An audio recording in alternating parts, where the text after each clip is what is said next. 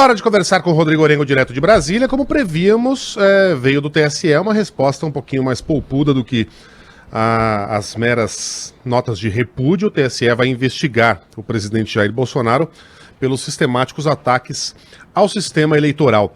Orengo, quais são as possíveis consequências dessa investigação, para explicar ao nosso ouvinte? Bom dia para você. Muito bom dia, Megali. Carla, Ellen, bom dia a todos. Olha, Megali, a consequência até mais grave, se o processo ele andar, né, tiver lá uma consequência, até uma condenação, é até inelegibilidade do presidente, porque abre caminho para ações de impugnação de candidatura. Então o que a gente está vendo agora é uma reação muito dura, e é a primeira vez que a gente nota uma reação conjunta dos tribunais superiores, primeiro com uma nota de repúdio assinada pelos integrantes do TSE e pelos ex-presidentes do Tribunal Superior Eleitoral, de confiabilidade no sistema e de crítica à proposta de emenda à Constituição do chamado voto impresso. Depois ainda a manifestação do presidente da Suprema Corte, Luiz Fux, deixando muito claro que a independência entre os poderes não era uma consequência lá de impunidade, né? Não dava uma impunidade a quem ultrapassasse essas barreiras. E agora, no TSE, também na primeira sessão, uma decisão unânime de abertura de um processo administrativo, de uma investigação administrativa para abuso de poder, né, até corrupção, uso da máquina pública, uso de meios audiovisuais do poder público, e isso tudo é uma resposta ao presidente. Na prática, Megali, que a gente está vendo é o seguinte, uma linha sendo traçada no chão para deixar claro, olha, se ultrapassar as regras constitucionais, se ameaçar principalmente o processo eleitoral do ano que vem, teremos consequências, e as consequências podem ser graves. Lá no TSE, não precisaria, por exemplo, de autorização do Congresso Nacional para uma ação contra o presidente. Essa é a grande diferença. O presidente ele já é investigado em duas ações com autorização do Supremo. Cabe à Procuradoria-Geral da República, ao fim dessas investigações, aquela das acusações do ex-ministro Sérgio Moro, agora sobre a possibilidade de prevaricação, mas ao fim das investigações cabe à Procuradoria-Geral da República, ao procurador Augusto Aras, apresentar denúncia que precisa ser aprovada pela Câmara dos Deputados por 342 votos, 2/3, para ir uma análise final no Supremo.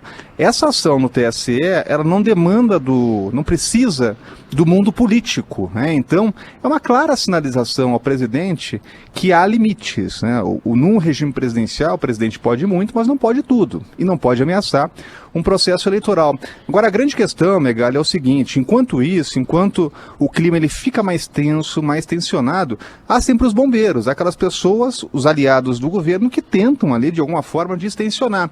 E a gente tem um novo grupo aí, que está muito próximo do governo, que é representado pelo Centrão, por aqueles políticos mais experientes, né, as raposas velhas aqui do Congresso Nacional, que realmente não querem embarcar nessa briga.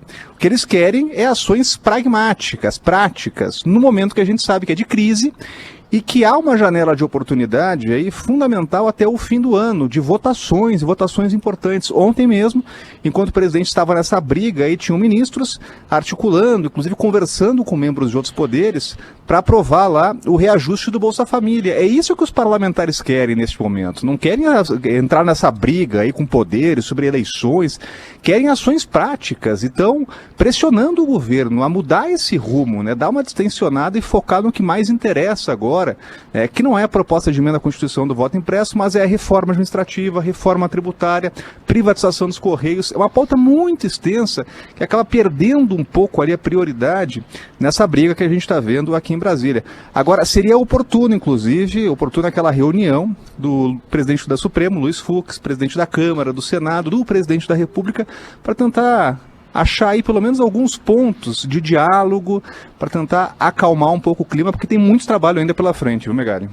Agora, sobre o voto impresso, Orengo, tudo indica que essa PEC vai ser barrada ainda nessa semana na Câmara dos Deputados. Será o Congresso dizendo um basta, um chega desse assunto para o presidente Jair Bolsonaro.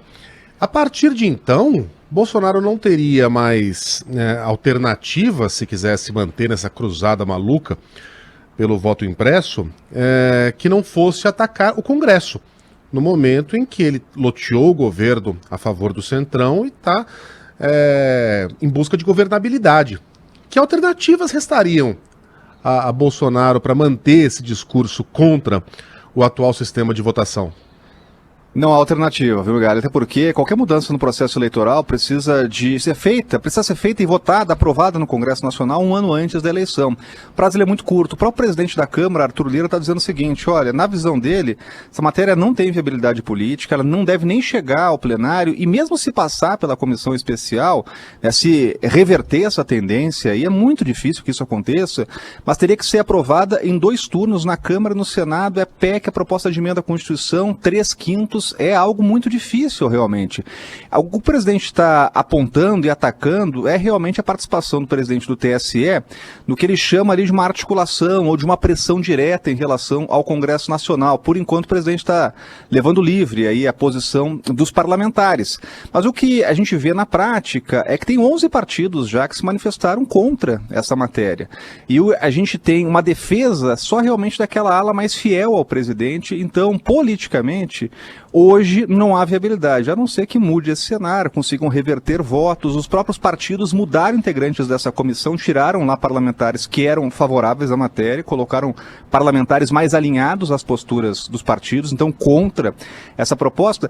E o que os deputados, líderes partidários querem fazer é o seguinte, olha, vota logo isso, quinta-feira, não adia mais, para encerrar esse assunto e aí a gente focar realmente no que mais interessa, aí, no combate à pandemia, ações sociais, que é o que os deputados e senadores querem avançar nesse momento, querem dar resposta aí, né, para programas sociais e também, né, combate aí aos reflexos da crise financeira. Tá certo, Orengo. Então, bom trabalho para você, até amanhã. Bom trabalho, até mais.